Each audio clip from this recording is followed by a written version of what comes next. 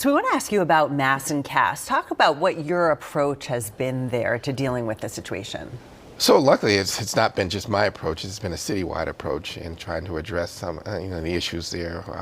And so we needed an ordinance that actually provided the police the ability to address, certainly the issues around tents and tarps related to that. And so since then, we've worked with the city agencies and as well as all our other partners to address it. And it hasn't been much of an issue. We were able to dismantle it down there. And we do patrol that area. We do enforce in that area. And probably since November, we've probably arrested around almost 300 people, around 280 or so people, just You've for different. 300 people since then? Well, enforcement, right? Enforcement. We've been enforcing in Who the were area. trying to set up tents or? No, not related to the tents and tarps, but see. just the area in general, just as police work, just to make sure that, I don't know if you recall before, we said we would be enforcing, highly enforcing a lot of stuff in the area, and we are, to make sure that people who want to come and pray. People are still out there, though. They Correct. are. And we did see a tragedy where, someone was hit by a car out there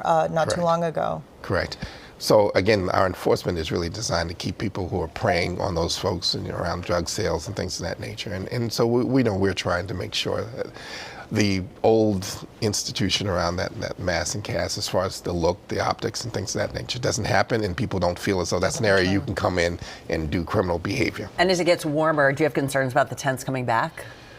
When it gets warmer brings more people in general, and so we'll address. I mean, we understand that it could happen, but we have a plan in place that seems to be working, and hopefully it'll continue to work. And how about for the drug dealers that are preying on people down there? What do you want them to know, and what are the police doing about that? Well, what they already should know, as I described about some of the rest that we had in the area, that we kind of have zero tolerance for that, and so we are enforcing, particularly around the drug laws, and particularly people who are selling drugs in our city. So, this is not the place to come to do any criminal activities. I think people should start to understand that. We are a safe city. We're going to get safer.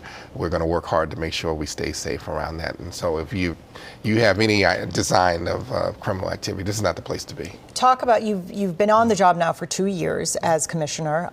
Talk about how far you've come and where you see yourself going. So it's a little early to be reflecting. There's certainly we want to work hard every day. We want to build trust every day. We want to figure out what it is the public wants and needs to stay safe, feel safe, and then try to meet that. It's a challenge, but the fact is that we have so many people that are up for that challenge.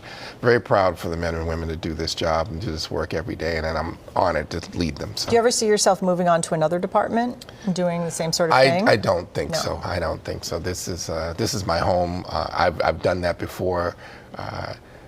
Boston presents enough challenges that when I'm done here, I don't think I'll need any more challenges in that way. So, and I'm just honored to be here.